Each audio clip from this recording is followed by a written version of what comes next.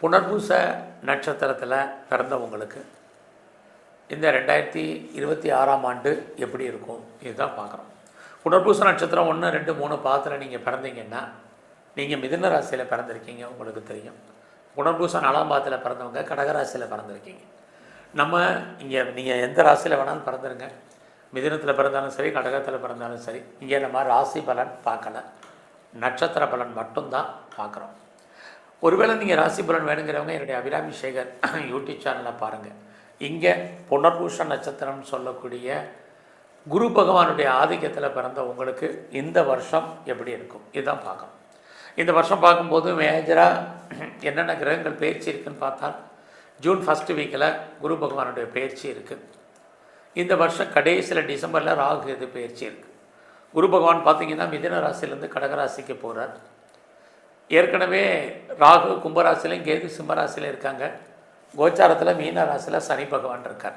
ஆக குரு சனி ராகு கேது இந்த வருஷம் எங்கெல்லாம் இருக்காங்க, அவங்களுடைய பார்வை பலன் என்ன, அவங்க எந்தெந்த நட்சத்திரத்தின் சஞ்சரித்து நமக்கு என்ன பலன்களை கொடுக்க போகிறாங்க, இதை அத்தனை கணக்கில் எடுத்துக்கிட்டு தான் புனர்பூச நட்சத்திரத்தில் பிறந்தவங்களுக்கு எப்படி இருக்கும் இந்த வருஷம் அப்படிங்கிறத பார்க்குறோம்.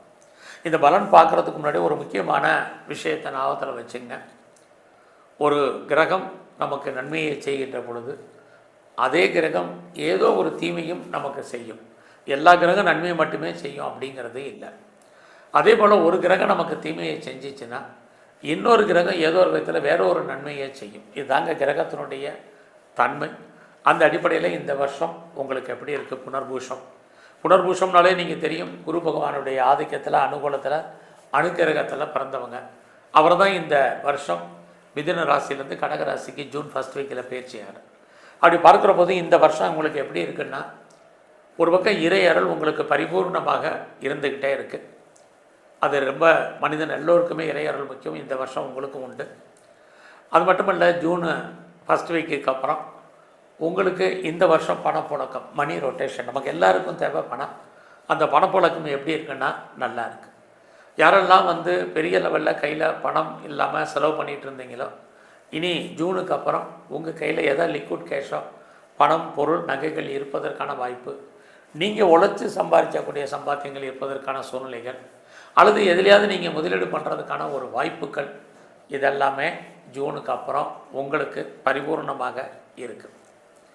இந்த வருஷத்தில் நீங்கள் மெயினாக பார்த்தீங்கன்னா உங்களுடைய முயற்சிகள் பெரிய லெவலில் இருக்கணும். இது ரொம்ப ரொம்ப முக்கியம். எவ்வளோக்கு நீங்கள் லைஃப்பில் எஃபர்ட்